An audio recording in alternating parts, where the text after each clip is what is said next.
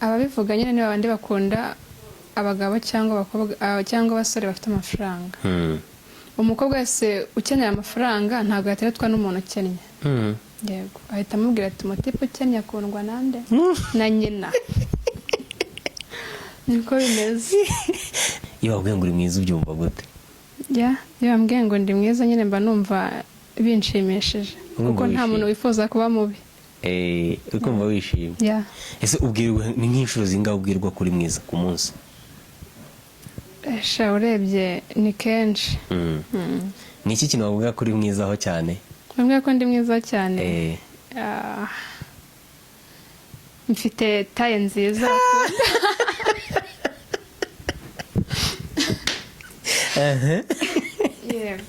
Yego. Taye française. Icyo ni kimwe. Ikindi kintu wakubwiye ko uri mwizaho ni ikihe?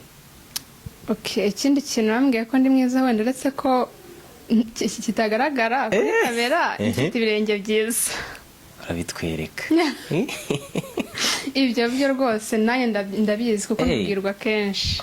Iki kibazo wabintsimbye. Nabihishe rwose harakonje. Suri bibinyereke ngewe. Wenda kwereka nta kibazo. Ibirenge byiza. Ikindi iminwa.